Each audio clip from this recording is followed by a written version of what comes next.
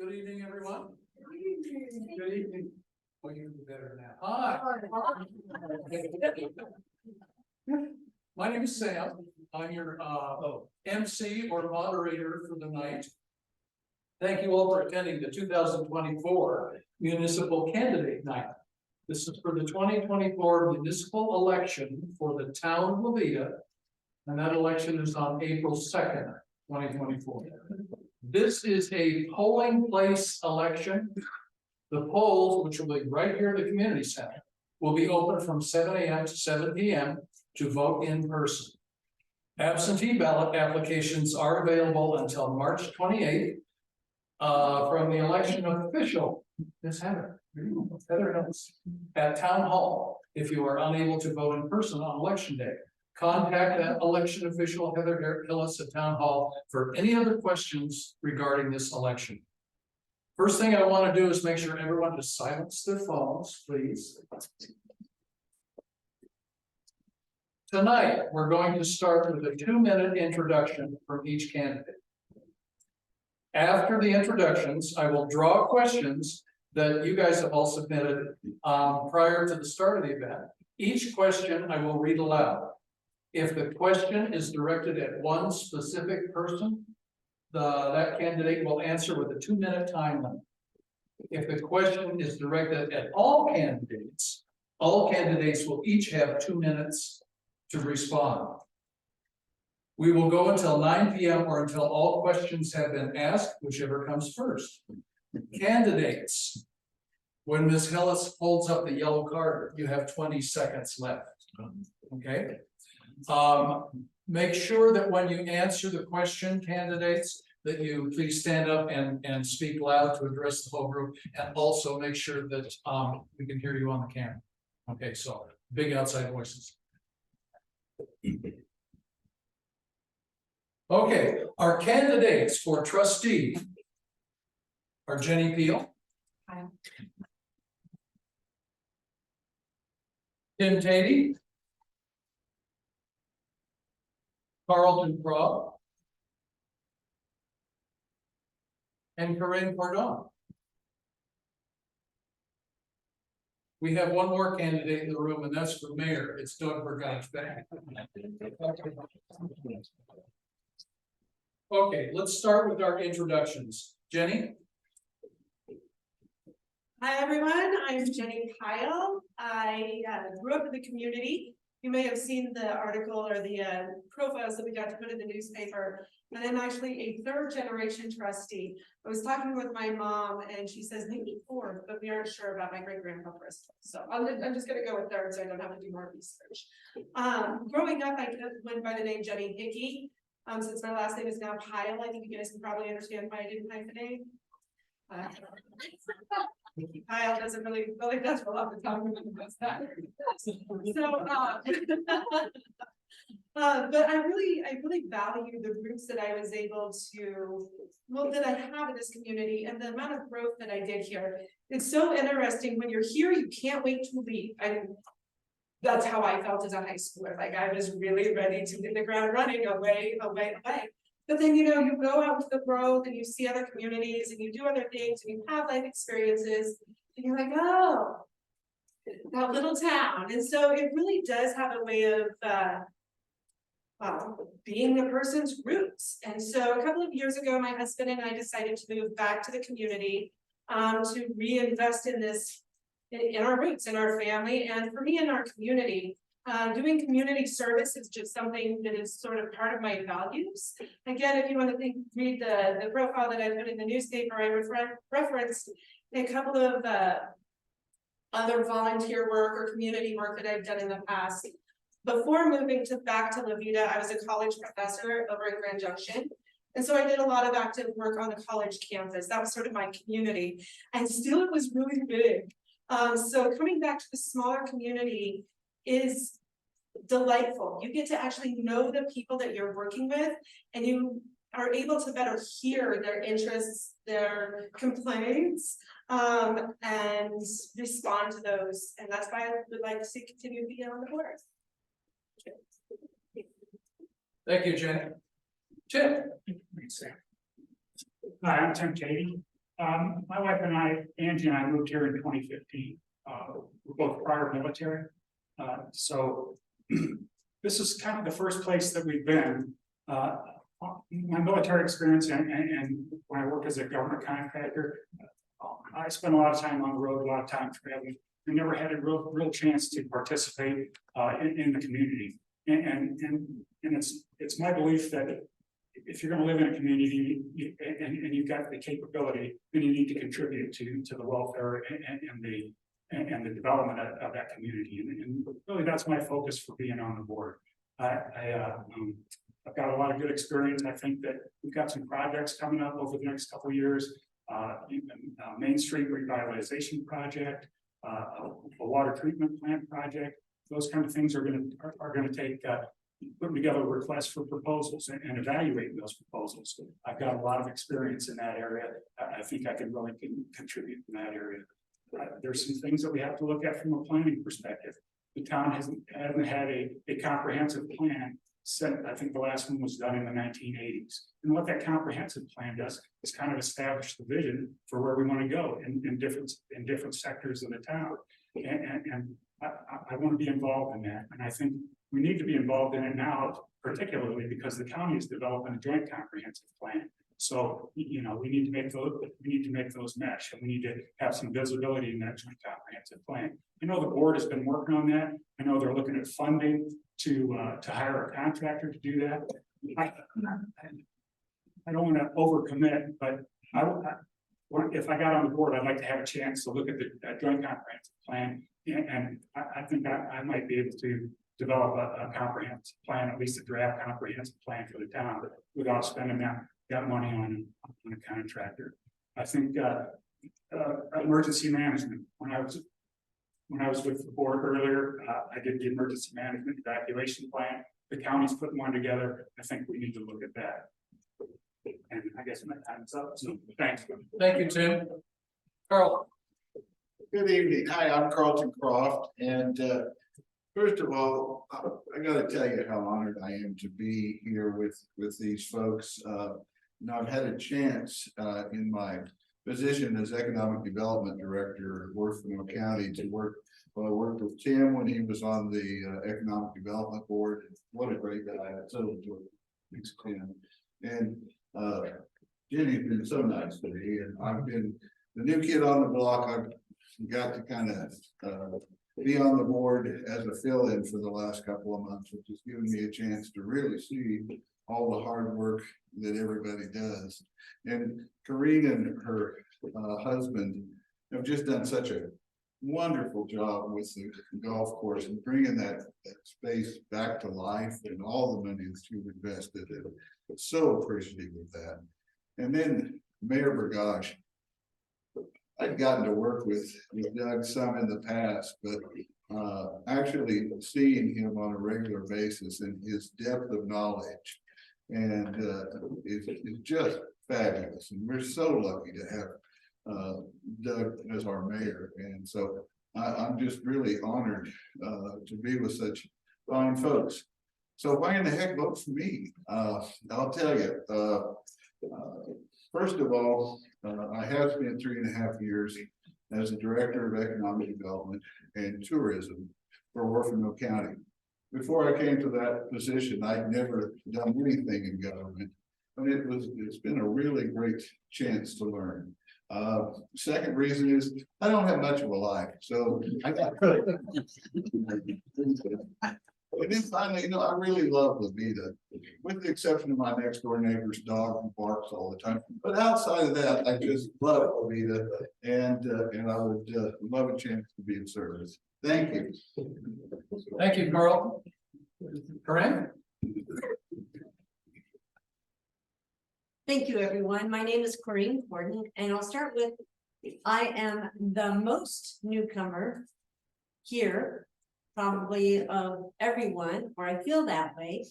And a lot of people think that because I'm from Las Vegas, Nevada for the past 42 years, that I'm a big city girl. But the truth is that I am a military brat. My dad was in the Navy, and we lived in very small places, smaller than La Veta, because he was a survival instructor. So he taught sailors how to survive in eating cockroaches and chocolate covered flies and whatever. So for the formative years of my life, I was always in a small town and on military bases. When I came here December 2nd of 2018 to make a loan on the Grand Tady Golf Course as part of my job as a mortgage broker, I fell in love. It was under snow. I couldn't see any green at all. And yet I loved this place like crazy. And little did I know that I would end up living here. So my journey is, I lived in Kingman. I graduated high school. I went to UNLV. I got a degree in business and management information systems. That's really my background, is technology. I have done that for 40 years. During that process, though, just before Y2K, I got bored and I got into real estate and then into mortgages. And mortgages, that was my passion. I had a hard time telling people who were well qualified no. So I became what's called a hard money lender, which is where you lend the money, making the decision yourself. And I have done that for the past 25 years in Las Vegas. That's how I ended up with Grand Tady. They say never lend on a golf course. So I have a lot of experience in real estate, mortgages, development, etc. And she's waving at me. So I just want to say I love La Veta. I want the chance to contribute. I've been to a lot of the meetings and I've seen things where I could have input and I could help and facilitate and help with ideas. And that's why I'm running. Thank you. Thank you, Corinne. Okay, now it's time for the question part. I have a basket here that has all of the questions that you all put in it when you walked in. I'll be drawing the question out randomly, and hopefully we can get through all of them, but it's a kind of a random first come, first served kind of question thing. So here we go. First one. This is a question for all, so you'll all get 2 minutes for this. Do you think the town should participate in a project to convert the old football field to low-income housing? If yes, how? We'll start with Jenny. Well, I think this is a big conversation that we've been having at the town board for the time that I've been on. And I know that it extends, you know, a number of years back. There are opportunities through the government right now. There's Prop 123, which is actually a funding opportunity. There's been a lot of conversation about doing something for housing. I think that we get caught when we say low income housing and need to appreciate how that might be different from attainable housing, which is really what we've been talking more about. We do have some low income housing opportunities in the town of La Veta. But we don't have so many attainable housing opportunities. And so I think that it is a really exciting time to be part of these decisions. Do I think that we should be looking to develop? Yes. Is that a good space to develop? I think so. We just had a site visit through or with the people that are doing the planning for the county, looking at housing issues. And there's a lot of opportunities at that site because, you know, you've driven by, there's nothing going on. It would be nice to see some things going on there. Of course, there's going to be challenges. I think that what the community wants needs to be, we need to be open ears to what the community wants relative to attainable housing. I think we all want people to be able to live and work in our community. And we have a pretty big gap between the wages and what it costs to buy a house here. It is a great challenge, and it makes it a challenge to keep employees. One of the boards that I serve on, in addition to the town board, is the school foundation, and we've recently aimed to make teacher housing affordable, attainable teacher housing. And so I do have some experience in that, and look forward to having that conversation further as part of the town board as a trustee. Thank you, Peil. Thank you, Jenny. Jen? Well, I agree with everything that Jenny just said. It's not about low income, it's about affordability and attainability. The football field is a great location for that. I think, I think this is a tough time. I think it's tough to do anything affordable right now. Just the inflation and when it comes to real estate and housing, the interest rates. So, we have to watch that.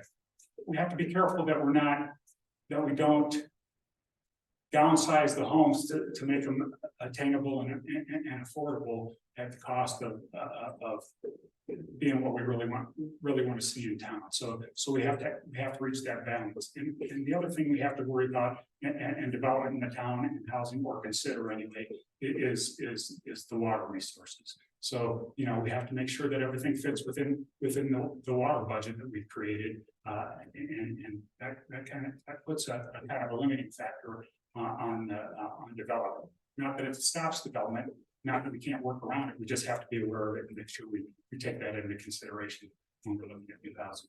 Thank you. Thank you, Tim. Carlton? I've been looking at this for 3 years now. We have a plan through economic development to build 12 to 14 3-bedroom, 2-bath homes on that property if we can figure out how to make it work. Economic development has gotten a grant through CHAFA to do the engineering and to get the funding so we can come to the town and have a complete plan laid out.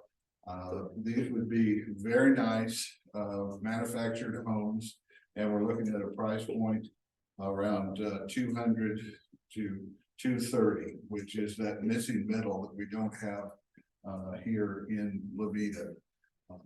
Being someone that's looking for a house in that price range, it's really good. These would be deed restricted, and as Jenny mentioned, there is Prop 123 money.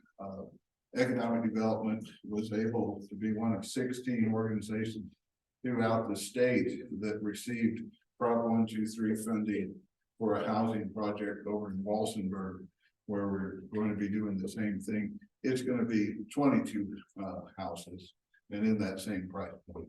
So I think it's a great opportunity. It's what the community likes. I would love to be able to let people see what these, we're not talking about mobile homes. These are very nice homes that I think just about anybody would be thrilled to own and would be great neighbors. Thank you. Thank you, Carlton. Corinne? So on May 9th, 2020 or 2021, I showed up at Granddaddy, and this man showed up right after me, and he's walking the golf course. I don't even know who he is. And I asked him, "What are you doing here?" And he says, "We need to build affordable housing. We need teachers, we need firemen, etc., to be able to get housing in Veta. As an employer, I can tell you it's the first question we get asked. And we're trying to do things at Granddaddy to help bring about housing so we can have some more employees.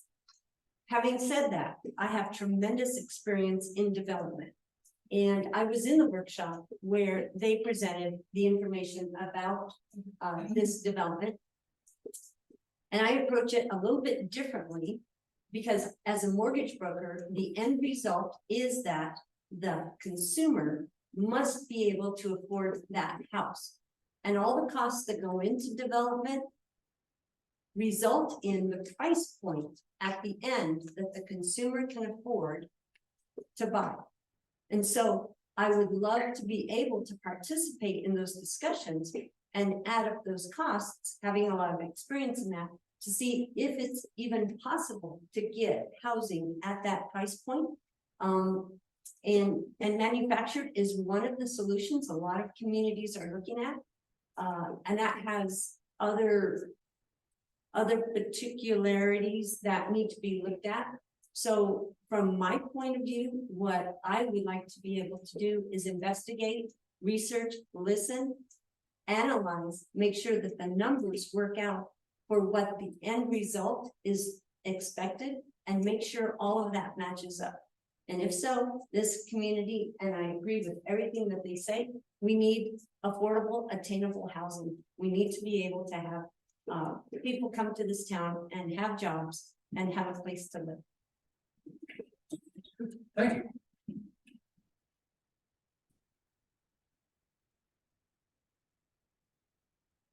This is another question for all of you, and this time we'll start with Tim. What do you perceive as the current town issues that elicits the most political conflict for Levita?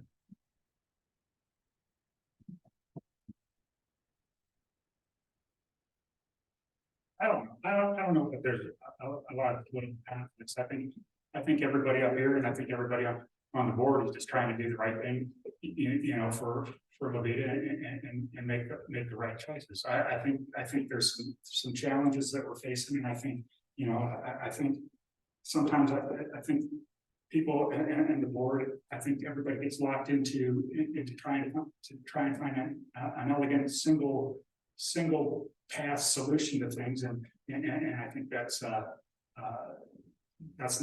always possible. For instance, I think, you know, I think one of the challenges that the town is going to be facing or is facing right now is we haven't been able to get a deputy marshal for 4 years, you know, and our marshal is starting to reach retirement age. We have to find a way to you know, keep law enforcement viable in the town. So we have to look at different solutions. Like I think we do kind of passive recruiting.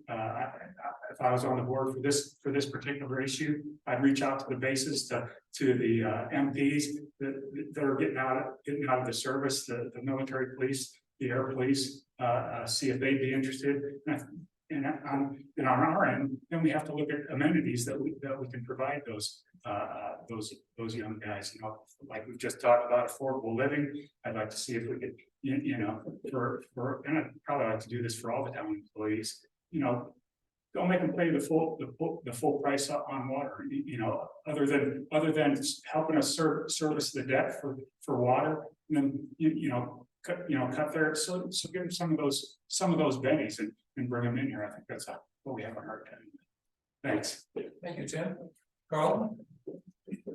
So, as I mentioned, I've been on the board for 2 months now, and every vote has been unanimous. So I don't see a lot of political strife in the community. The one thing that I hear the most frustration around is from our businesses on Main Street.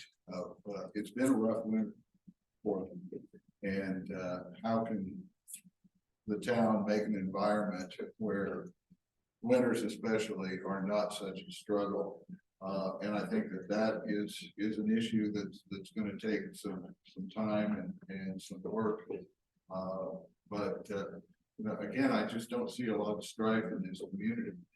And so that's my answer. Thank you. Thank you. Brett?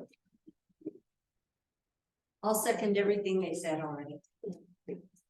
From what I've seen, and I've been to a lot of the town board meetings, I've seen a well-oiled machine. And I have seen our elected officials doing their very best to listen to the citizens and try to do what's right. However, the first day I got here, what I heard was that there was dissension in the community on 2 things. And that is the idea of we want to be able to have a viable community, an economic community where the businesses are able to make money and survive during winter. I'm one of those. And surviving is not possible in the winter here, but all of us working together, I think we can change that. And the other one is keeping the town as it is, not growing, not turning into Breckenridge and not turning into some of those other communities, growing too fast. And I don't think that the 2 are opposing. I think you can have growth. I think you can have smart growth. From, in my opinion, is from what I've seen of the mayor. He leads us towards that path of having smart growth and not exceeding our capacity. And at the same time, make it viable for businesses to survive. Because this town has a lot of businesses that come in and go out, come in, go out, come in, go out. And we're not doing a service to those business owners who are trying to survive and just want to make a living. And on the other side, keeping our town as cute and beautiful and amazing as it is. So that's where I see the strife, but I think that there's a solution. And I think that it's possible to have your cake and eat it too, if you do it smart and do your analysis and make your way through the weeds. Thank you. Jenny? Thank you. I really like what Corinne was saying about balancing growth and opportunity with maintaining our small town vibe. There's a reason that I feel such passion about this community, and growing too fast is going to kind of erode some of those deep roots, you know, and the connections that we have in the community. So I think that growth is something that a lot of our businesses desire, and yet we need to balance that with reality and how we feel our community should be, that small town charm that Levita really has. I don't think it's necessarily conflictual, however, you know, I think that there's ways to have smart growth. I like the way that you phrased that. There are other things that I think are issues, you know, we just want to talk about some issues. We only recently hired a code enforcement. And so I hear some code enforcement issues, some concerns, you know. I think that another thing that I hear about, you know, is this law enforcement versus code enforcement, is we have maybe some loose dogs. I hear a lot about the loose dogs and the dangers that they might pose to people. And so I think that kind of trying to rein these things in is going to depend on hiring and supervising individuals in code enforcement and law enforcement. I agree that our marshal needs assistance, you know, having one person do all of the law enforcement in our community is hard. I grew up here when it was a one cop town. We knew where Lee was, and wow, to not be where Lee was.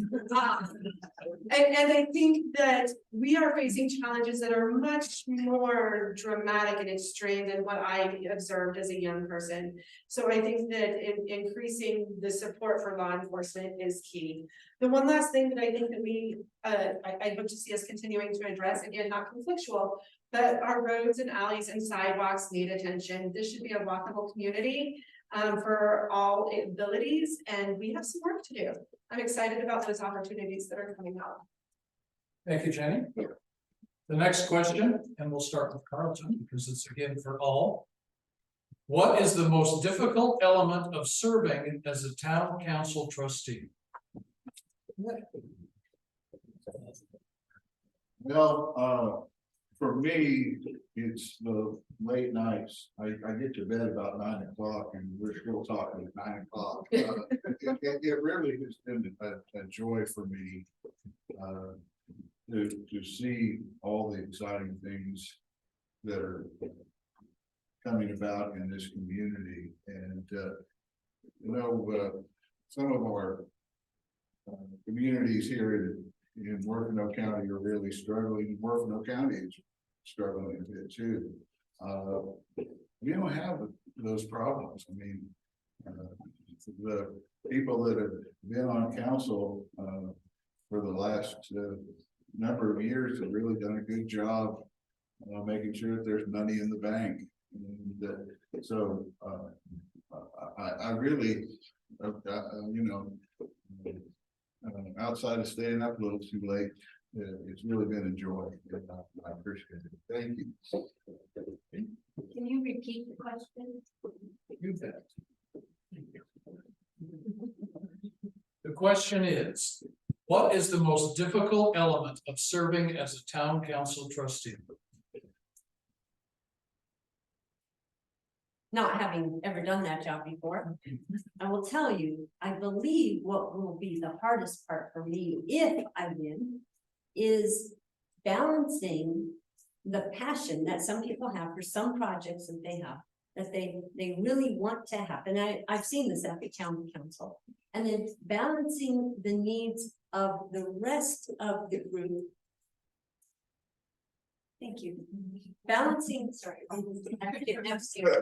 balancing the needs of the direction that the board says. We're gonna make some people unhappy, right? We can't do everything all the time for all the people. We have to keep a middle road. And so it will cause me some pain and agony inside when we can't do those things that we wish that we could, because there are other reasons. It's not the right time, etc. And so that would be just a personal angst I would have inside myself. But from what I've seen, I think every one of these people up here are extremely capable and have some amazing ideas. And so it would just be imperative that we maneuver our way through those issues, and over time, we could probably accomplish everything that the town people want. We just have to do the best that we can. Okay. All right, so hands down, the most difficult element of being a town trustee is the learning curve. And that's one of the reasons that I'm running.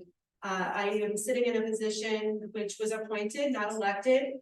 I've been doing the work of a town trustee for 13 months or thereabouts. And it's taken me a while to figure out how to have input, when to have input, and how the whole thing works. The second thing that I would say is difficult about being a town trustee is it turns out they weren't kidding when they said government moves slow. So we get really excited about these projects and we get kind of invested in them, and then they're like, in 2 years. And so I know it's challenging for the community too, right? Because you all get excited when we're talking about parks and we're talking about revamping for our youth, and our youth is quickly growing up and we'll be revamping for a different set of youth at this point in time. So I think one of the challenges is just the pace at which things move. At the same time, it is requiring a lot of time from your town trustees, meeting every Tuesday for several hours into the, you know, the reading of book hours is definitely one of the difficulties, but I think that it's worth it in order to serve the community to the best of our abilities. Jim? Thanks, Sam.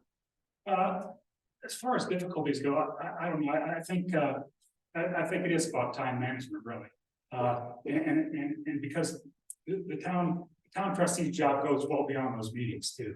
I mean, when I was on the board, I spent a lot of hours developing an emergency evacuation plan, sitting down here during the fire and putting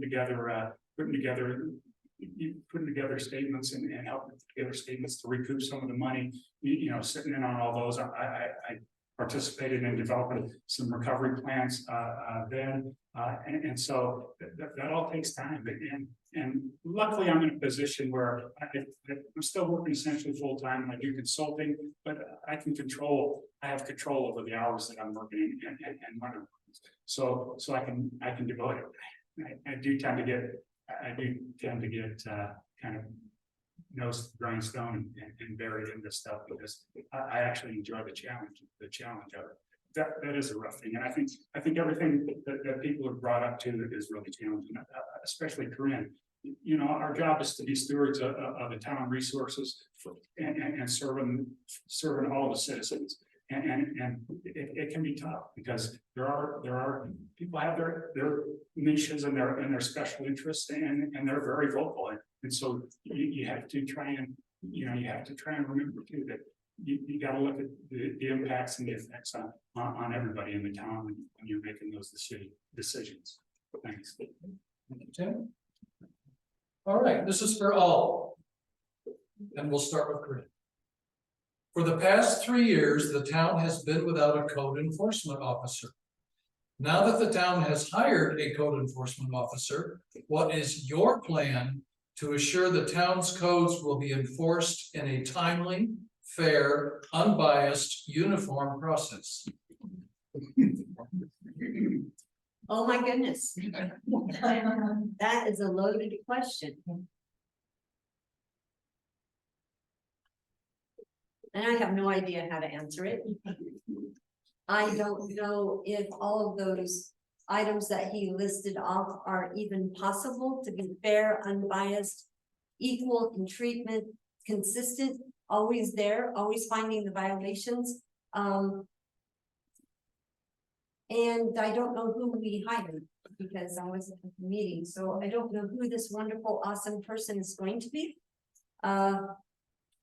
And I'm sure that whoever is on the board is going to get complaints about code enforcement. because either the person is doing their job or they're not doing their job. And so once again, that is just a process of having to listen and to investigate. Investigation is the most important thing. And analyze and collaborate together and make a decision, because there are going to be complaints, I'm sure. That's my input. Thank you. Jenny? I agree with what Corinne said, it's a lot to expect of somebody coming in when nobody's been doing the work for 3 years. I really have some confidence in the individual that we hire. I think that they are going to bring some of that balance to the table. They seem to be very good communicators, and I think that that's going to be really essential as we move from zero enforcement to some enforcement to hopefully really getting our stuff together. I think it's also going to require the community's realistic expectations. We cannot go from one to the other just that fast. We're going to need the community's help in identifying what the problems are, where the problems are, what a realistic timetable for such improvements are. And in that way, our new code enforcement person might be able to move into and through some of the bigger challenges that we have. I think we all know that there's pockets of challenges in the community when it comes to code enforcement.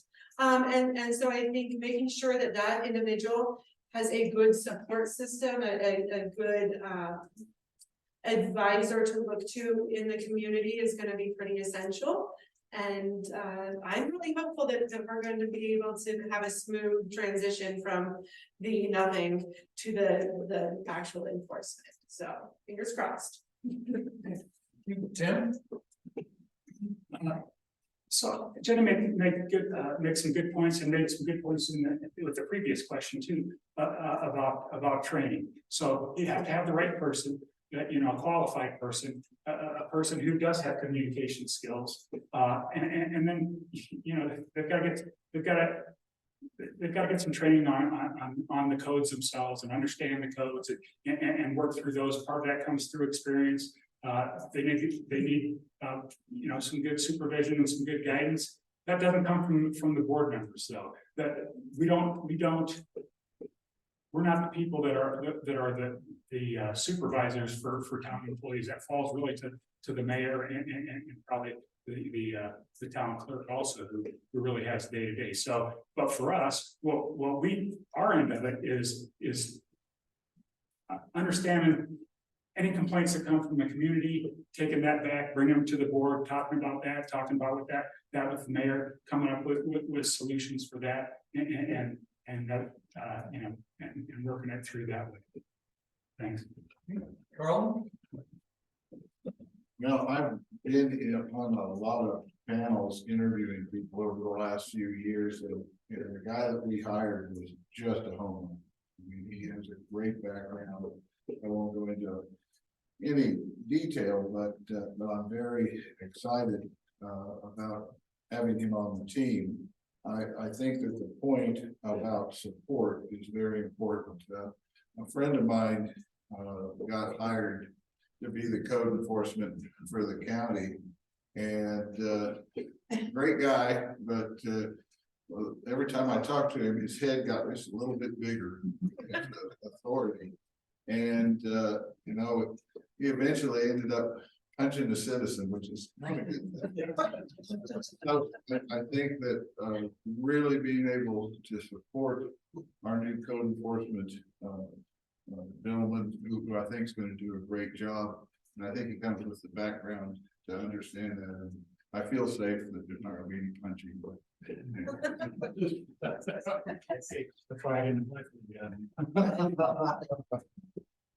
Okay, the next question is for everyone. We'll start with Jenny. What characteristics of the area made you want to live in Levita? I had no choice but to live in Levita to begin with, so I just want to preface comments with that. But some of the things that Levita holds for me is deep roots. My great grandparents were in business here. They ran the Mercantile before it was a number of other things, and now it's a mercantile again. I like that. I like that I have real deep roots here. My father started a business here 40-some years ago. I learned how to answer the phone with the propane, and then of course would ask if your dad was going to be like, Dad, are you here? But you know, everybody kind of knows that, right? They knew that this was a family business. They run out of a family home. And so that's one of the characteristics that appeals to me when I returned to the community, is you really get to be a part of the community, if that's what you're choosing to do. I mean, we know folks that are not engaging and that don't want to engage, they just want to look at our beautiful mountains. I'm gonna pitch our beautiful trees here because we have an amazing tree canopy in our community that makes it so nice to walk around. And I like that when I walk around, I'm waving at sun's out and there's like 5 suns out. To me, that's part of the charm, is getting to know the people in the community. And I think that that is, yeah, the charm, the people, the beauty. It's really a special place. Thank you. Tim? So in 2015, when we were living in Oklahoma, it was my wife's last assignment, and she retired, or our youngest left high school. She woke up one morning and looked at me and said, "Hey, we're putting our house on the market and moving to Colorado." She had spent time here. She was an Army grad also. She had spent time at Fort Carson. Before she got her commission, she worked in Boulder for a few years. And so we started looking around. We looked around. We probably made about 25 trips before we ever found Veta. We were looking deeper in, but I still could. I had to be closer to I-25 really. I mean, I think it was just an overwhelming experience when you top that hill up there and you look down at the Veta. Geez, it was just amazing. It looked magical. It's beautiful, you know, and it was like, I knew I was working from home. I knew we needed good internet. My wife was a town's computer officer. We found the house at the top of the hill that had line of sight to the antenna at the time, and it was like, it was fate, really. And I can honestly say that, you know, especially over the last few years, this is probably since I was 18 and left for the Army, this is probably the first place that I've lived that really feels like home. That really feels like home. And it's a little morbid to say, but I want to be buried here. You know, I want to live here. I'm going to be buried at the cemetery, and this is home for us. So, Carl? So I hate too soon, no, sorry. So I was sitting in traffic one day in Denver, and I hate to be late for appointments. And on this particular week, I had been like an hour late for 4 different appointments because the city had just grown so much, and traffic was just crazy. And it's just like, you know, I'm gonna look, and I worked in radio and television for most of my career. And I was working for a radio station. I said, you know, when I get home, I'm gonna get on the internet and see if I can find a small town radio station to go to work for, and got on there, and what do you know, KSPK. And sent them a resume, and they called me, and I set up an interview, and I came over that hill by the grocery store there in Walsenburg, and my first reaction was no. You know, but you know, I'd already made the appointment, so I figured I'd go in, and I sat down and talked to him, and you know, it seemed like a nice fit. It was definitely a slower lifestyle than I was used to in Denver, but finding a place to live, and everybody said, go to La Veta, go to La Veta. I came to La Veta, and it's just like, oh, this is great. I would love to live in La Veta. I wanted that log cabin on Main Street. But in talking to the real estate folks, I knew I wanted to rent to start out with, because I've been like WKRP up and down the dial, and sometimes it doesn't last very long. Anyway, I got a chance after living in the most decrepit apartment I'd ever lived in over in Walsenburg. Somebody at one of the real estate agencies found a beautiful log cabin for me to move into.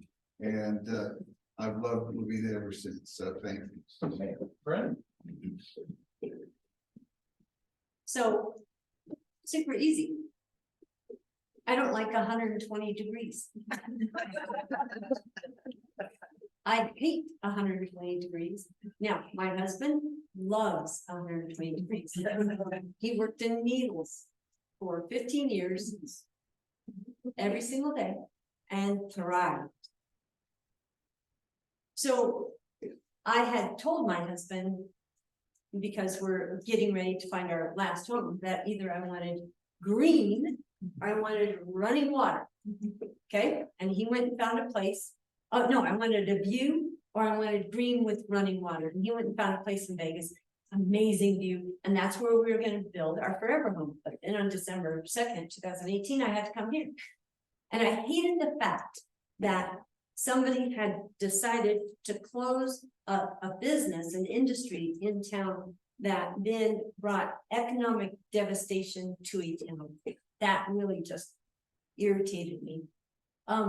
And so I wanted this borrower that I loaned the money to succeed, and he did not succeed. So December 2nd, 2018, I was already in love with La Vida. I drank the Kool-Aid, as Kelly used to tell me. I drank the Kool-Aid the very first day. That was it. This was paradise for me, but not for my husband. He hadn't drunk the Kool-Aid yet. So May 7th or 9th of 2021, whenever it was, I bring him to town. We're in our big RV. We're coming here to save this golf course. And I'm praying that he drinks the Kool-Aid. Okay. It only took him 1.5 years to find the Kool-Aid and drink it. So it's that thing that pulls at your heart. It's the thing that you can't control. You just fall in love with it, and that's it. And everything, I used to tell people in Vegas, La Vida has one of everything that I need. A hair salon, grocery store, big R. What else do I need? And so that's my story. I don't know if I want to be buried here.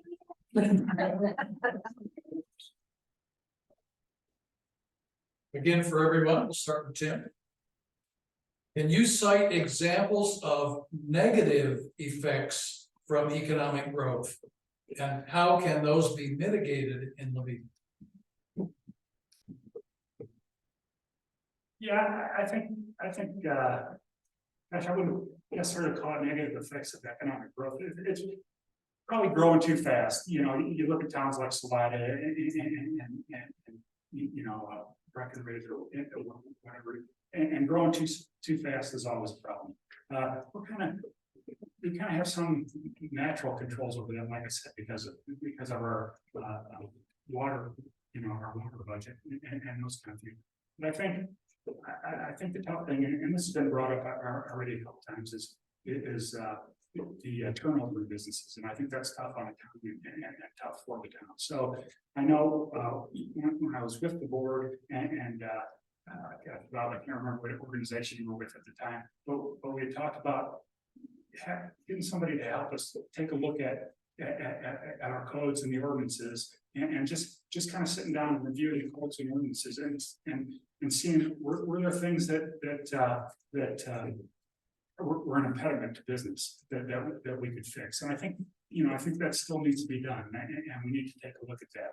And of course, it's all about you can have the businesses, but it's also all about bringing in the people outside of town, especially in the summer months and the tourism to make sure the businesses can thrive and at least make money during the tourism season. And I think, you know, Carlton's up on the tourism board. I think, you know, they're working towards that, and they're just different.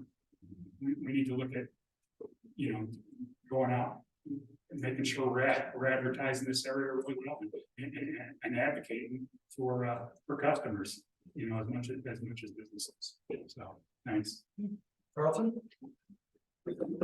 So I've experienced the negative effects of too fast of growth. I was actually living in Golden, just outside Denver, and And it went from a kind of sleepy tourist college town and the brewers of Coors beer and into just huge, and every lot was turned into condominiums, and it got very expensive to live there.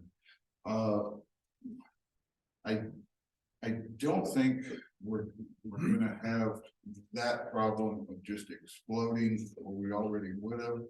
I think what we really need is an economic driver in the county, not so much here in Veta, to bring jobs, and that's something that we're working on in economic development, to bring in good paying jobs, some kind of a new industry. We're working on several, but that's all I got. Thanks. Corinne?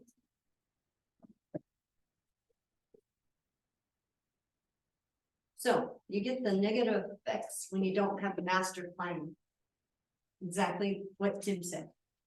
And we may have a master plan, we may have an unspoken master plan. I don't know if we have an official one because I'm still new here, but if we don't have that vision of where we're going, we can end up in trouble.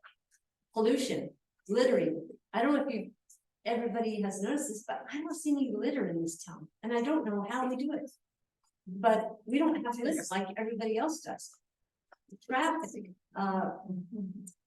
prices way too high, homes crowded together. There are a lot of negative effects that we could have if we just allowed growth to not be planned. But we do have some constraints. The water, we have a valley, we're in a valley, right? So as they say, Granddaddy's at the end of town, and that's where growth can be. There's plenty of area around this town. I suppose that could be annexed in, but I want to say another thing about our codes and ordinances. That's one thing I'm passionate about. I live under mortgage ordinances, mortgage regs, and they aren't up to today's standards. So some of the things we have to do is we have to fax something to somebody 30 days in advance. We don't have faxes anymore, guys. And so ordinances must always be brought up to speed. And I know that's a project that this town is working on. High prices are another negative effect, really high prices. One thing we have already in this town, because we know we have a gem, are high prices, high real estate prices, right? Compared to Walsenburg, our prices are 2 to 3 times that. And that limits growth. By keeping those prices high, there's only so many people that can take advantage of that. On the other hand, you have to weigh it against affordable housing and being able to get employees in. And I think that's the end of what I was going to say, but we do need new industry, like Carlton said. We need to have it, and maybe in the county, driving the growth a little bit into La Veta, and I think she's telling me it's time, I'm not sure, but I will take advantage of that. Okay, Jenny? When I think about the negative examples of economic growth, I really think about the speed of growth being more what would contribute to some negative impacts. I think that what we've seen in our community is a problem with the sustainability of businesses. Perhaps because they start in the tourism season and they think it's gonna be something that it's really not in December and January, February, March, and you guys know the drill, right? I think that the other challenge when we think about economic growth is the housing situation. Because when we get a good business and it's up and running, but the people can't afford to employ people that can live here, see where this goes. And so we've already talked a little bit about housing and attainable housing and the need for that in our community. I did hear the comp plan brought up in one of the previous answers.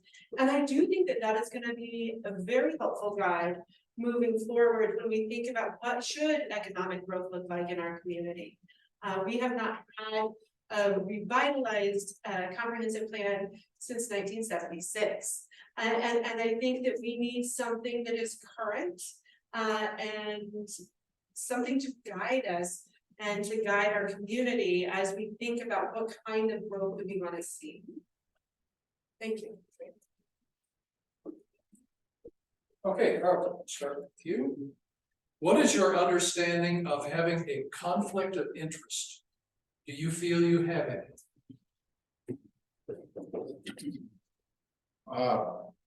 I understand that, my professional position, sometimes, leads over into, the town board business. And I've been instructed very well when I need to back up. I see, what I do in my professional position as something that is, a benefit for the community. But I'm very aware that there is a line, and I'm not gonna cross over on purpose. And I've got a lot of help from the mayor, especially, has been really pointing out, when I need to back off. Happy to do that. Thank you. Right. Repeat the question. What is your understanding of having a conflict of interest? Do you feel you have it? So first part, conflict of interest is when something that we would be working on would benefit me or granddaddy. And yes, I have a conflict of interest. I own granddaddy with my husband. So if there's something that comes up before the board, for example, let's say we're doing annexation and they're going to be voting on a part of that, I have to excuse myself. And from what I've seen in our meetings, that happens regularly, where if Billy is a beneficiary of something, he has to excuse himself. He cannot vote. And I think our town keeps a tight control over that. In some instances, it would be better if I was not on the town board, because over the next few years, Granddaddy is going to be doing a lot of things. One of the reasons we opened the event center is so that we could try to help sustain business during the winter. Maybe we can bring in some, I call them conventions, groups, seminars of people that would then need to buy gas and buy groceries and eat at the restaurants. By doing that, we could help the winter economic situation in this town. And we have a lot of ideas on that. You'll notice we have not listed properties for sale yet at Granddaddy. We haven't listed the lots for sale. And that's because I want to control growth. I don't want to just go willy-nilly. Hey, everybody, here's some lots, come and buy them. And then a mess happens. So we haven't even done that yet. We will be doing that in the future in a controlled manner, just as we talk about how we're going to control growth here in this town. So I think that if I were to be a benefit of something that the town was voting on, I would automatically recuse myself. And if I didn't, the mayor would make sure that I did. Jenny? I liked Corinne's description of what is a conflict of interest, right? If this is a topic about which I could directly benefit, that could be a conflict of interest. I think that it's uncommon for people who are on the town board not to have some conflicts at some points in time.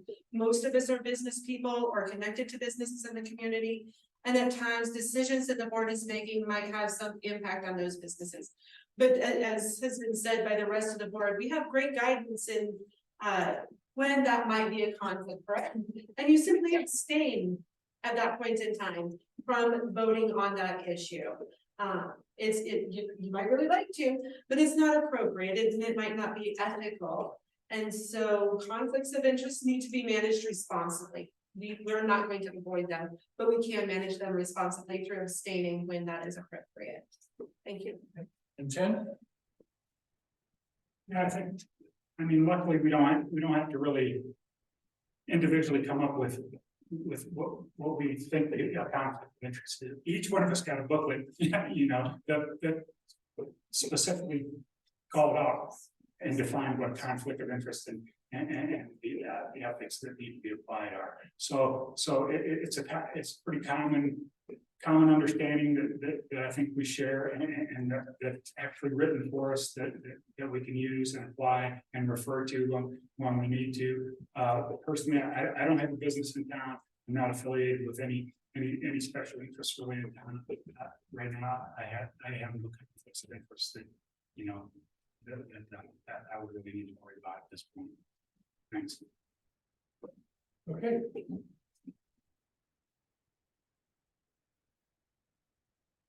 Corinne, we'll start with you. This has had some complexity to it, so.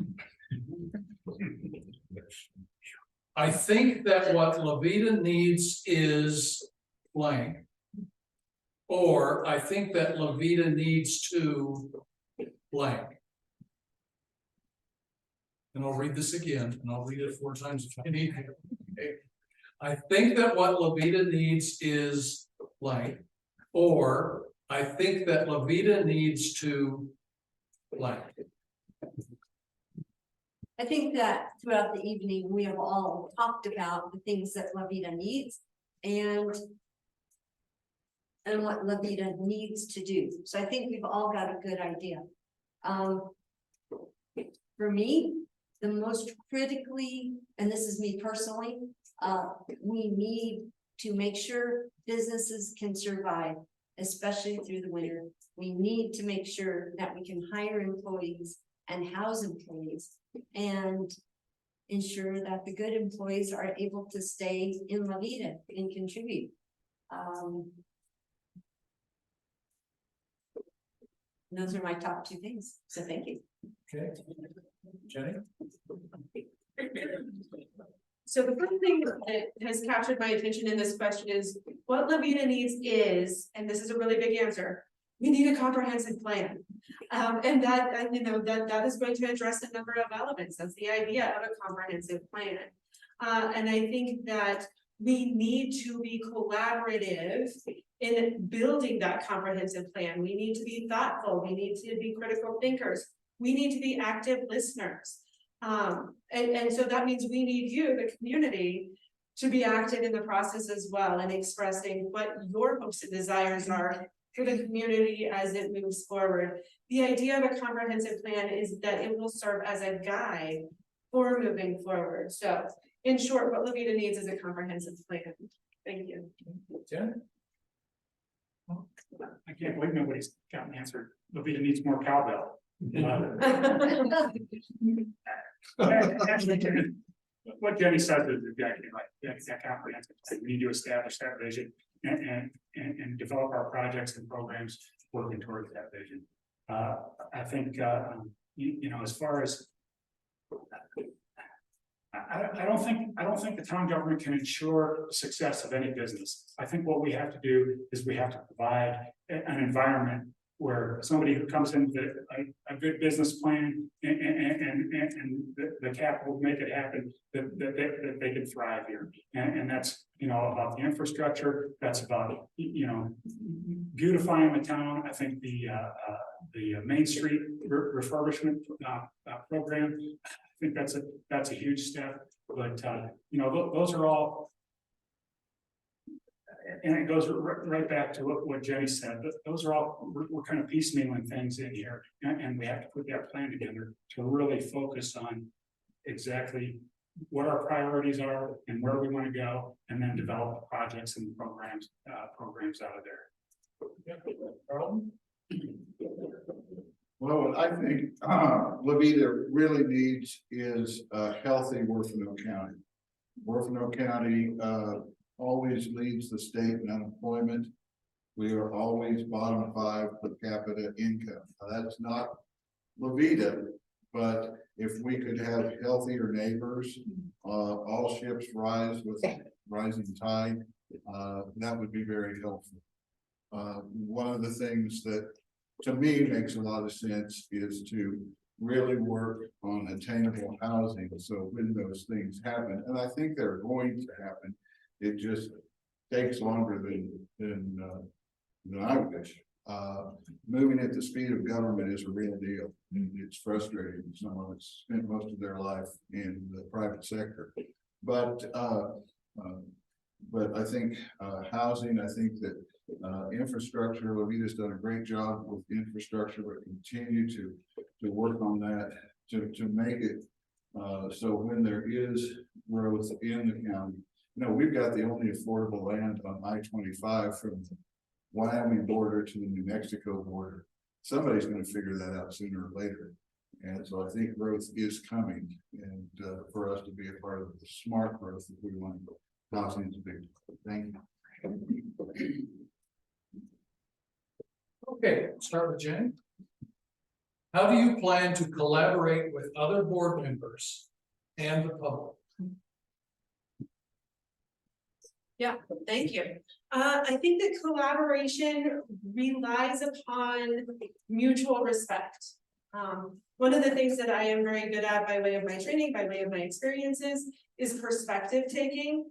And so when I am listening to somebody, I am listening to them. I am not listening to respond. I am trying to really understand their message and where their message is coming from.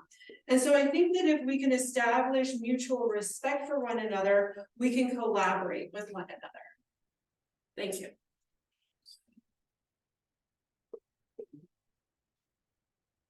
I think, so collaboration really for the board members the mechanism for it is through the meetings and then the workshops. I mean, really the sunshine laws prevent three of us from getting together and talking, talking about anything outside the board, which is in my opinion, a good thing as far as just public visibility. I think it's about always coming prepared to those meetings too, and doing the work that you need to do outside of those meetings. I always like to, if I've got something that I want to present to the board, or if I want, or that we're working on something, I like to come with a straw man. And something that's already down on paper that we can share and then tear up. I have no pride of authorship on anything. It's about being open to suggestions. So among the board, that's how collaboration occurs. And of course, just respect and open communication with the public. I'm available anytime. When I was on the board before, a lot of people have my phone number. I'm down most days of the week. I'm down here at the gym at some point in the day. Angie and I are down here, several times a week. Anytime you see me on the street, stop and talk to me. Call me up. There's always access through the town, our town emails. I expect all that, and I will respond. That's the other thing. It's not about just taking in information from and complaints and information and suggestions from members of the town, but to respond to those also. So, thanks, Carlton? Listening and respect is so important. Being polite with each other. Again, and I'm talking with the board, and I'm seeing nothing but respect and listening to each other. As far as communicating with the citizens, I've spent most of my life talking to businesses about what's going on with them, what they are looking for, what can help them, and usually I had a sales solution that I was happy to talk to them about. But anyway, it has taught me how to go and talk to people face to face and listen and hear what their concerns are, and not try to jump to an answer, but really let them share. And I've done that especially here on Main Street. And I hear a lot of pain, a lot of fear, but also some hope and a lot of pride in this community. So I think being open and knocking on doors, and I intend to knock on some of your doors here as we get closer to the end of this election and hear what your concerns are. Thank you. Okay. I think that collaboration in government is a lot like collaboration in business. And it starts with, as they said, listening and listening patiently. That's the first step. Second step, use facts and data, not emotion. Don't respond with emotion. Go to the facts. After that, research, discussion. Just mentioned the sunshine laws, so we can't get together and discuss it, but within the board meetings and the workshops, we can discuss it. And I've seen that in action many times. Making the decision, so at the end of collaboration, you have to make a decision. And if you make that decision and that outcome doesn't match what you thought the expected result was, and you've been patient and you've waited to make sure that you've seen the correct outcome, then you must be able to change direction, bring it back up, and make a different decision in order to accomplish the goals that you were setting out to accomplish in the very beginning. So most importantly, though, always listen. Thank you. Thank you all. Okay, Tim, let's start with you. To what degree and how should the town government be involved in economic development? Gosh, I think I covered that a couple questions ago. I think it's about setting up a good environment and establishing a good environment. We need to look at those, the codes and the ordinances again, to make sure they're all up to date.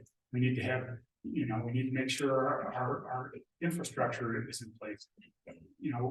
We've got to work out, we've got a new water treatment plant that we've got to work on, improve the quality of the water here.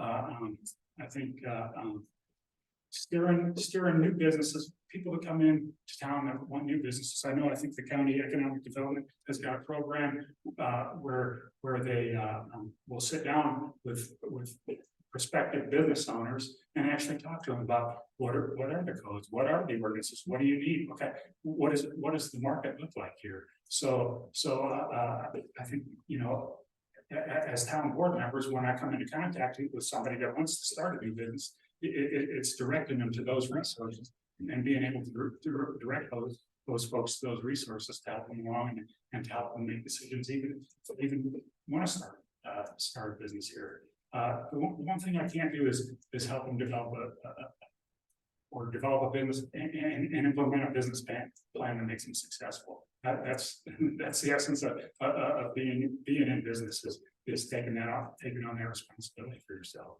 And I don't think that's the role of everybody. Thanks. Carlton?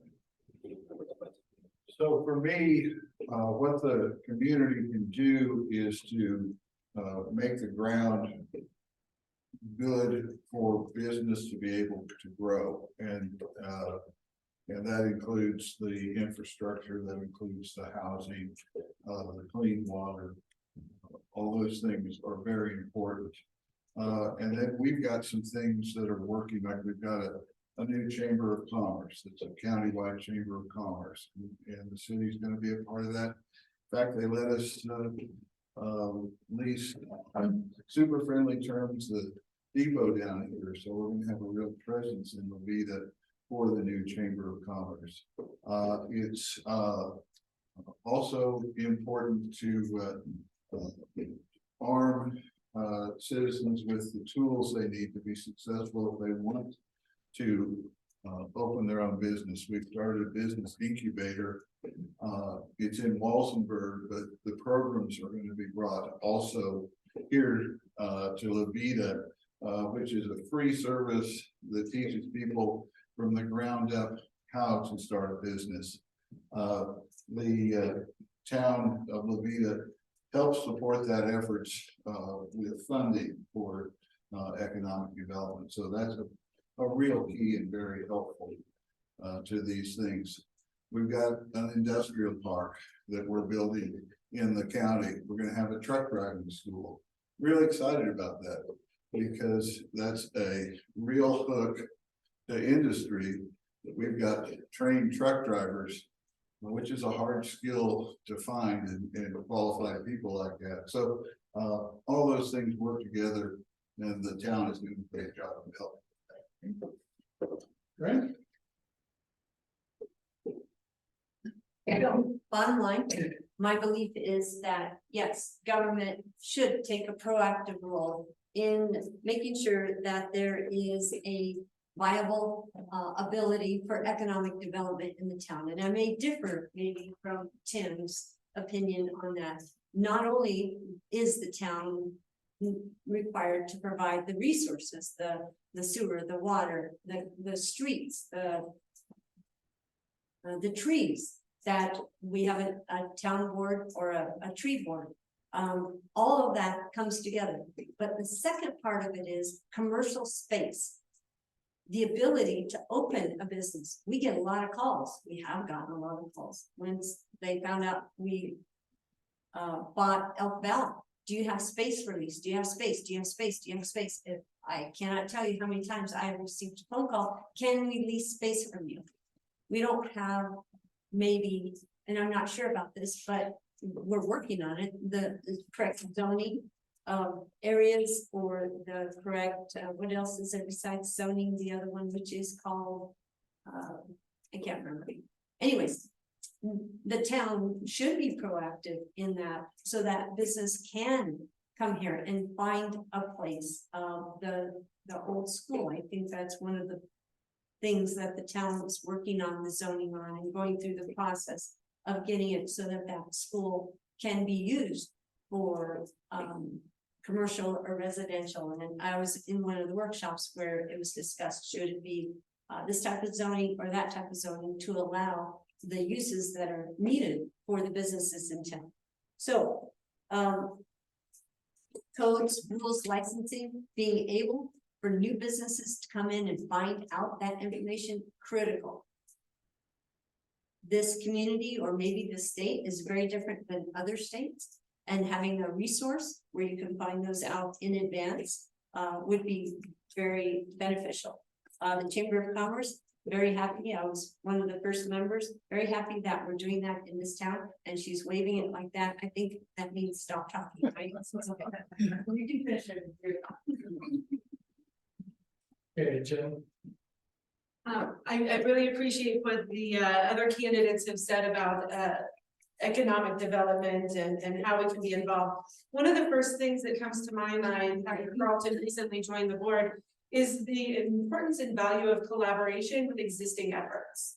I think that's one of the ways in which our town can be involved in economic development. That's not to say that we are doing the economic development, but we're supporting and collaborating with those entities that are more deeply involved in those efforts. One of the other things that we have, and has been mentioned, that the town has begun to address or is addressing is zoning. And I think, once again, it's not us that is making this decision. It is all of us that is making this decision. You know, the town board comes up with some ideas and the town will have the opportunity to have input on those ideas. So once again, we need to have open lines of communication. We need to be listening to what the town wants when it comes to zoning, because what we're talking about is, you know, what type of economic development do we want to see in a particular part of town, right? And so I think that being able to hear from our community members and respond by taking steps to rezone or to modify ordinances that might make a particular type of zoning better than another type of zoning. We need to be a little bit flexible and creative in how we're going to meet those needs and expectations of the community. The other thing that I would say that has been addressed already today, tonight, is housing. And I do think that there's a great opportunity for our community to be more proactive with regard to attainable housing. And that is, of course, going to support economic development in the community. Gotcha. Thank you. Okay. Next question, start with Carlton. Please discuss the town's water supply in the context of future growth and or development.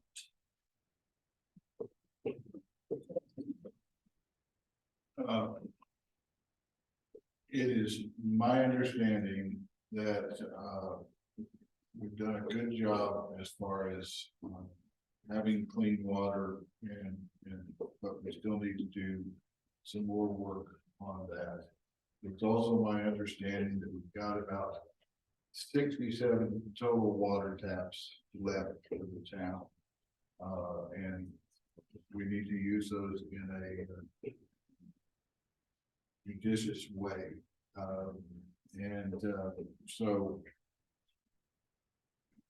water is a huge part of the growth and sustainability of Veta, and it's an ongoing topic that I'm learning a whole lot more about than I ever thought I would. So, thank you. Yeah. Right? That question was only for Carlton, right? I was hoping. I don't know a lot about the water here, but I know our mayor knows everything about water. And so for me to answer that question right now would probably be very inappropriate, because I would just be talking unintelligently. So I know in Colorado specifically, in Nevada, we have a big river called the Colorado River. It comes down. Thank you guys for sending us water. We appreciate it. But it's becoming an issue across the entire country, the entire world. And I think there's going to be a lot of innovation and development in the water field over the next 10, 20 years, because we must get to the point where we can sustain life. And there's a lot coming in the future on sustainability. So for my part, I would be an active listener, and I would do my research, and I would learn from those who know more than I do. And then I would take all that together and do what is most important for the community. And that's all I know about water. Jenny? Water is something that is of limited supply. As you say, across the world, certainly in the Western United States. Anybody who's paying attention to what's going on over on the Western slope knows that water is a big deal. Because we do send all of our water down, and then it gets sent a little further down and further down. So we aren't on the Western slope. We aren't engaged in that particular water legal battle. But I do think that we all need to be mindful of how water is used in our community. It's kind of cool to see all of the efficient appliances. I think the technology is making us better users of water. We can use less water when we shower. Thank you. Shower heads, maybe a little less pressure, but you are using less water. Same with your washers, your dryers, your dishwashers, and so on and so forth. So I think that we need to be mindful, and I know that the community has a limited amount of water available for all types of growth. And we're just going to have to be mindful. I hope that our comprehensive plan does address the limits of water available to us and how we're going to manage growth given those limitations. Goals moving forward. Okay. So luckily, ever since I've been on board and been associated with it, we've had a water budget for a long time. I'm sure Doug was instrumental in putting it together. That's why Carlton can sit here and say, hey, we've got enough space for 67 more taps in town, enough supply for 67 more taps in town. Getting additional water supply and additional water rights is nearly impossible, but we've got water rights in what's called the Mexican ditch that we haven't taken advantage yet, because we still have to complete the it was a long process. I got into it probably at the tail end. I know Mickey worked on it for years and Doug worked on it for years, but there's still some work to be done on that before we can turn that on. It's not a great deal of water, but every little bit helps, and it's only available to us when that water is available and flowing. So that's one thing that we would have to look at the board is completing that, getting those water rates all certified and being able to start to use those. I think, in the future, we do have to look at technology, using less water, maybe some gray water solutions, those kind of things, but I'm not a water scientist or hydrologist or anything like that. So, but it's things that we have to explore, and just to sustain ourselves. Thank you. Okay. And this question is for Carlton. Scenic beauty and environmental quality are important Levita assets, which may be at risk from economic development. As Director of Economic Development for Warfano County, how would you manage such risks? And would these skills carry over to your role as Levita Town Trustee? That's an easy question, too. No, thank you for the question. One of the great assets that we and I have to sell when we're talking to potential economic drivers, companies coming to Warfano County is the beauty here, and we don't want to destroy that. I think that most, as if we're talking about industrial growth, we're looking west of Walsenburg or east of Walsenburg, which is the area that seems to work best for this. We want to keep Levita looking beautiful. We want to keep the mountain park looking beautiful. The Highway of Legends is a huge asset for the county and for Levita. So I don't want to cause any economic or environmental damage due to our efforts to grow the economy. You know, when we're taking prospective companies on tours around here, we spend a lot of time in Levita and going up to Kachar because it's really beautiful. One thing I would ask, if anybody wants to start a vegan restaurant, we hear a lot of where do we find a vegan restaurant? But by and large,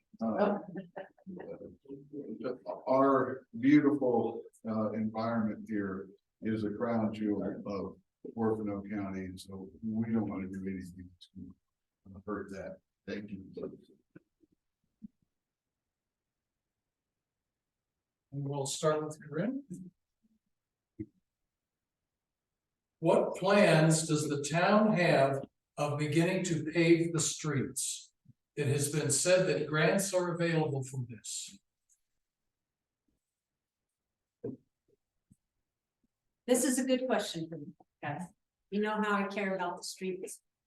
And I don't know about the grants, but I do know that in the budget, when I attended the budget meeting, that there were line items in there for our streets. And a lot of that pertains to what the state's going to participate in, what monies we get for having our streets here in Levita. That is a passion of mine. If I am on the board, I will be very interested in that part of our development. I know that I've heard conversations from Levita Village about the sidewalks, and I've heard conversations from other people about the streets and hoping that they could be paved. I don't know the intricacies of it. I don't know the data behind it. I don't know where the money is.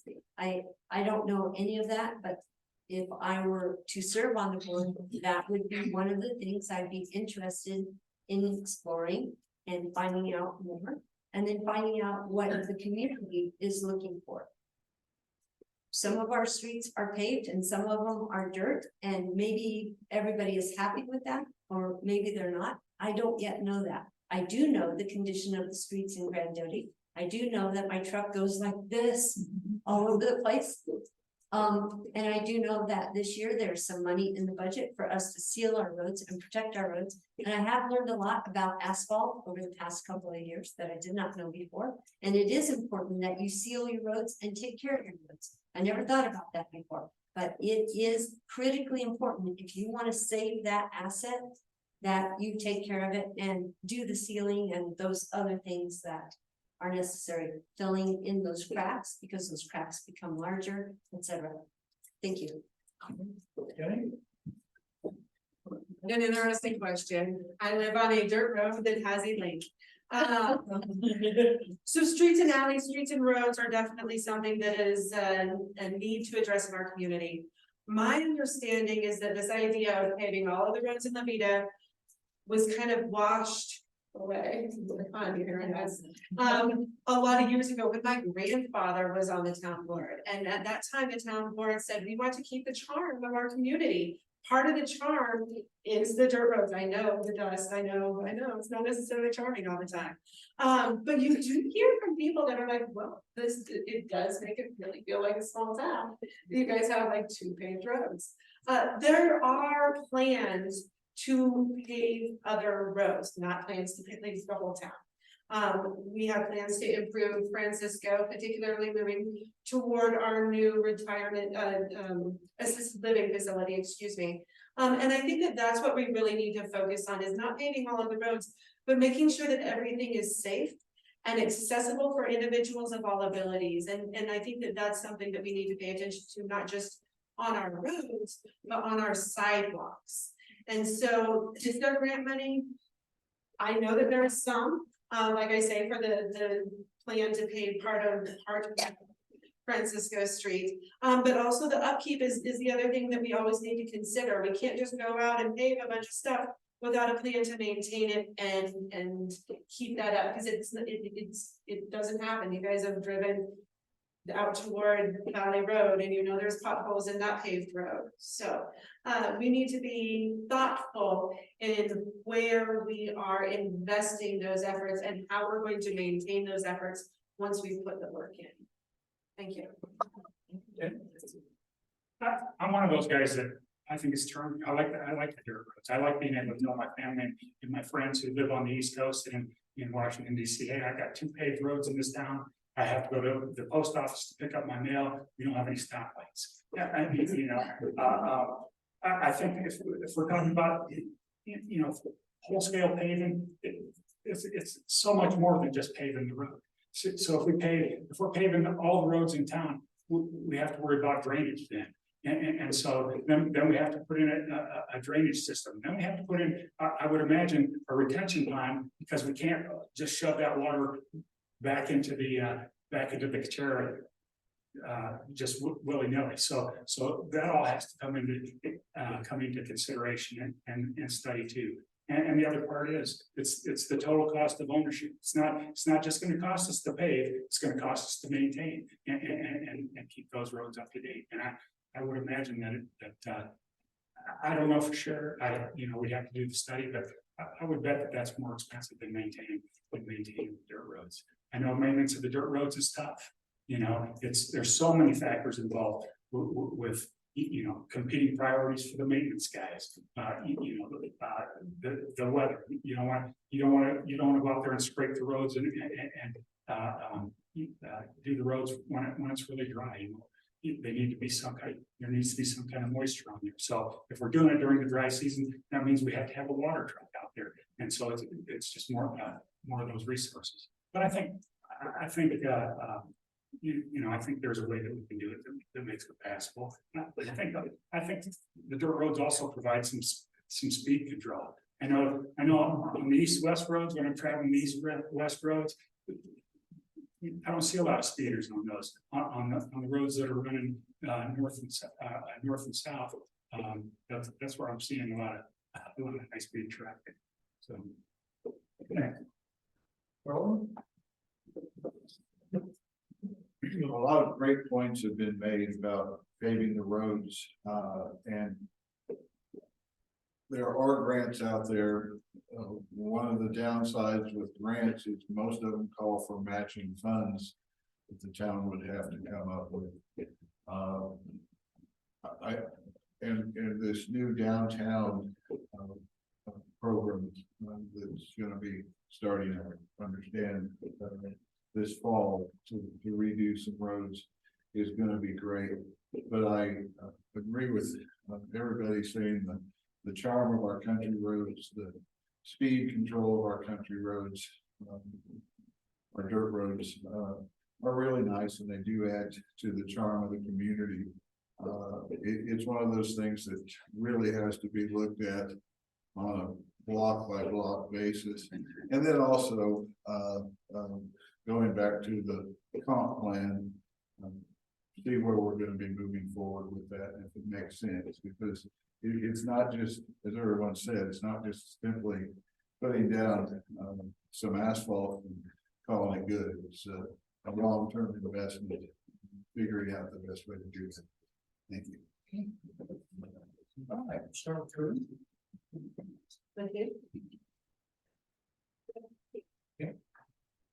Should there be a paved road to every RV park? The RV park on Second Street does not have a paved road, and RVs are heavy vehicles.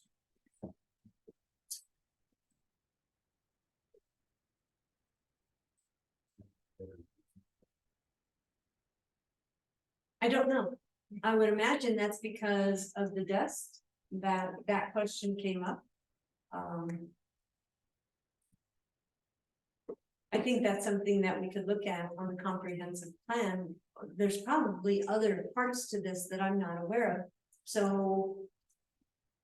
Should there be paved roads to each RV park? I own an RV park, fortunately, there's a paved road in front of it, it's called Highway 12. But there must be some concerns from somebody about something that's going on about that RV park on that street for that question to come up. And since I have no knowledge or background on it, I would have to defer to learning more about it and figuring out an answer for that point. I think that the challenge is maintaining roads when they're getting a lot of heavy use, and heavy vehicles equals heavy use. And so I can understand the question and the challenge of having a dirt road to that particular RV park. But then we have to balance that with what we just talked about in paving all of the roads, the maintenance and also the charm that people see when they are pulling into that one RV park and they're like, oh, this is a dirt road community. I might like that. This might, it might kind of give them our small town vibe to do the dirt road. I think it is 2 blocks of dirt road to that particular RV park. And I think that we would want to hear more from the community. RV has gotten to be a really big thing. So the one thing that I do think we need to be mindful of is if that would be a support for that business, RV business in general. You know, we do want our commercial endeavors to be supported by the infrastructure in the community, like we've already discussed earlier in the conversations tonight. So is it a bad thing? I don't know. Is it something that we should be talking about? Yeah, probably. Thank you. Okay. Tim? Yeah, I guess I'm kind of in the same boat that Corinne is. I'd really like to know what issue that we're trying to address. You know, is it just the dust? Is it the condition of the road after the RVs? When I've been down there, I haven't seen it. I haven't noticed that the road has been any worse than any other road. But I'd want to know what issue we're actually trying to address and see if there's other options besides paving that we could apply. Okay. Carlton? I don't have a whole lot more to add than what everyone else has said, except that the RV traffic here in Veta is such a big part of our tourist season. And so anything that we can do to support that industry is a really good thing. And I don't know, you know, the specifics of this question, but would love to talk to the RV owners, the park owners, and see if this is something that they really need, and see if we got the budget to make it happen. Thank you. Okay. Next question for everyone. Start with Jenny. Do you feel intimidation is a necessary quality to fulfill this role? I feel that intimidation is counterproductive in this particular role.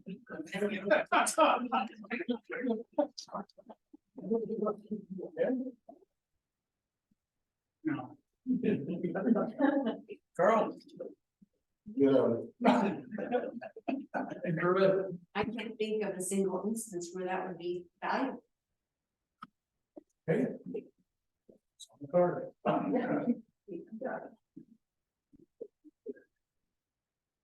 Okay, we'll start with Tim. Why has the population of Veta not grown significantly in the recent past, say the last 5 years? You know, what's really funny about that is that when my wife and I first moved here and we're doing research, the population really hasn't fluctuated very much since the 1940s and then 1950s, actually. So, you know, there's a lot of reasons for that, really. I mean, it's about industry in the county. I think there's opportunities now, especially with high-speed internet coming in. I think and first of all, it's about controlling the growth too. We've got 67 water taps left that we can use, and already some that are already dedicated at Tady. But I think with high-speed internet coming in, it allows people who can now work. A lot of people can work remote. I work for a company that is a certified hub zone, which is historically underutilized business zones. And actually, Veta, Walsenburg, Ruffino County is a hub zone. So there's a lot of, and that's something I would like to look at with economic development. There's a lot of opportunities to work remote because these hub zone companies, to stay certified, they have to keep a certain level of a certain number of employees that who live and work out of a hub zone. So with the internet coming in, high-speed internet, it's an opportunity for us to grow in that direction in some of the professional capacities. I think my company, for instance, is going to be looking for a recruiter. I think in the near future, if they got internet, if we could find a recruiter here, and I think it's going to be a $70,000 to $80,000 a year job that we're looking at. So if that comes to fruition, that's and there's those opportunities out there. So we have to look for those hub zone companies, you know, and market ourselves to those hub zone companies. And I think that'll help the population growth. so when I first started in this position as economic development director, I talked to some folks that could bring a factory here to the county, and the three things they said were, we don't have high-speed internet. Well, that's changed in Veta. We have fiber to the premises available for every house here in Veta, and that's 100 up, 100 down speeds, which is the standard going forward. So we're really lucky to have that. The other thing they said was housing, and we talked about housing a lot. That attainable worker housing, and then finally training for the workforce. They say our workforce is older and untrained. Well, we've got CSU Pueblo has opened a satellite campus in the Washington School over in Walsenburg. The truck driving school is another thing. And then Trinidad State is doing outdoor recreation classes up at Kachar Mountain Park. So these things working together, we can see our population grow. And when I mentioned that 67 number, that doesn't include Grand Cody, that's all right figured. So this is beyond that. So we do have some room for growth. And again, smart growth. Thank you. Okay. Corinne? One of the things that I was told before coming here by the people who were at Granddaddy was there is no place to rent and there's no place to buy. So I told my husband that. So we went and got an RV so that we could have a place to stay when we got here. And I was also told that Granddaddy's at the end, and I know I talk about Granddaddy a lot. It's a big part of our lives. We were told that Granddaddy's at the end of town and that's the only place to expand to. And I don't know if that's a true sentence because I've seen Navajo and I've seen Wahatoya and I've seen Little Kansas, and I've seen some houses as you go up to Kachara. So I know that there's a perception that future growth was going to happen at Grandotti. And I've also done research and seen that for the past 20, 30, 40 years, it's been between 500 and 900 people, and sometimes 800 people on average in this community. Is that because we have limited our town limit, where our boundaries are? I don't know. But I do know that one of the things that I was pushed towards when coming here to this town is to start houses out in Grandotti. And we're very close to that point. And yes, we do have the water available for that. So if you think about it, if we have 900 population and we double our population, we're at 1,800. Okay, that's a doubling the number of people in this town limit. Surrounding areas, we're at 6,000, right? So I think that it's not just the water that limits it. I've noticed that people are moving out and then there's houses for sale and people move in. So it's a continuous cycle, but it's never increasing. And so I think that Grandotti does have a large part to do with that, and allowing expansion and more houses and people to build and people to live, along with what Carlton is thinking of getting attainable housing. And we do need to take care of that and there's probably a number of different ways that we can do that. Jenny? Well, some of my notes include the cost of living in our community. We have a high cost of living. Housing is expensive. We've already talked about a lot of these things tonight. I think that we probably want smart growth, not just growth in our community. And so being mindful of what that growth should look like, again, it's something that I hope that we continue to address, perhaps by way of a comp plan. But the other thing that I just need to mention to you guys is small town living is not for everybody. You know, people will buy a house here and they will make it a year, maybe 2 years. They will get tired of the wind. They will get tired of not having shopping or having to drive several hours to do shopping. We have a shortage of medical providers in our community. And that's kind of a challenge because we are an aging community. Our community is of an older population. And when you don't have those good medical services available, that is going to cause people to maybe not want to stay here as they age. And then the other thing that I might mention, although I don't want to, it's the W word. Yeah. Wind. It didn't used to seem so windy here, but I do think that when the wind is blowing and blowing and blowing and blowing, and people aren't able to really feel comfortable getting out and walking and doing, there's no indoor recreation opportunities. That's a turn off.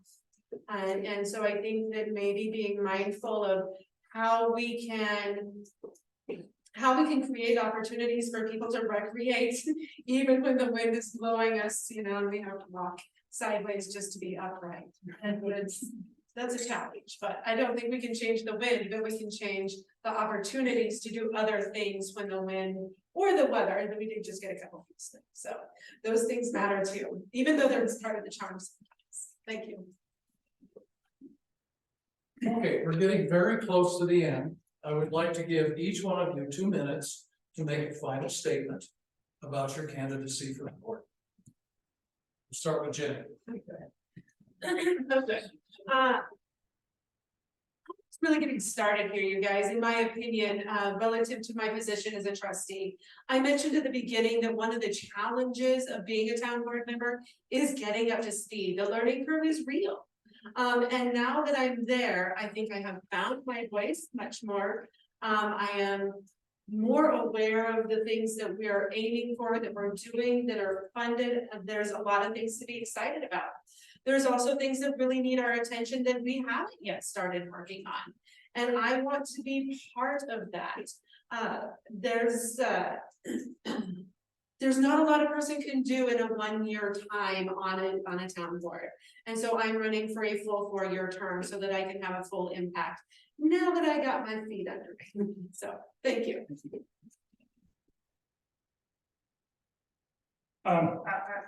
First of all, I just kind of like to readdress a couple questions that came up, and they kind of has to do with the business development and collaboration with the community. So one of the things after the fire, one of the things I did was set up several meetings with the businesses in town, and went to each of the businesses in town to gather statistics from them and information and input from them about what the impact was. And I did that to share with the county, for the county to share with the state, to help the governor make decisions on declaring this a disaster area. Unfortunately, that's not the decision he wanted. He didn't make it, but it was really, and I see that just to talk to you about a mechanism, just bringing people together at times that, you know, I have to do these at either on weekends or after 5 o'clock because these people are working in their businesses. So bringing those people together for that collaboration, and that's another area where I think we as the board can help, is making sure that we can work collectively with the businesses to tell our story upstream to get some support and help that way. As far as running for the board, I'm running for the board because I believe I have the wherewithal to make some contributions. I love the town of Veta, and I want to make those contributions, and I like the challenges of it, and working those problems and working solutions. So that's why my name's on the ballot. Thanks. These guys are a tough act to follow. I agree with everything they said. I have had 2 months to get my feet wet and have learned a whole lot. I don't talk a whole lot because I'm trying to learn. I do believe that my experience working in economic development is something that is an asset and could be an asset for the community. I love the town. I would really like to continue to grow in this position and have a full 4-year term and do what we can, working together, bring to this community in a real positive light. There's a lot of great things that are happening, and I would love to be a part of continuing that process and bringing some of these projects home. Thank you. I second everything they have said. I started with this because I wanted to get details. I wanted to get in depth. I wanted to get more knowledge. And this night has provided exactly that. I had no idea the level of skill and experience that every one of these people have. And I think every one of them would be a phenomenal board member. Tim, amazing comprehensive plan experience, putting together proposals. Jenny, your insight and your ability with words and just the way you see the whole picture is amazing. Carlton, you know I love you because you're all about economic development, and so am I. So I am the least experienced person up here. I know the least about everything that this town needs, and so my only desire running for this position was to be able to contribute my knowledge on real estate, mortgages, financing, computers. I have seen some things, honestly, okay, we could do easier with some technology. But I think that with, and I'm not saying that I'm not interested in being on the board of anyone, but I am very impressed with the people that are at this table. And I am totally fine with being on the board or not being on the board. So I think it's important that you know that. I think we're in good shape and in good hands. And I thank you guys for the opportunity of us being able to do this and to get to know more about each of these people up here. Thank you. Okay, thank you.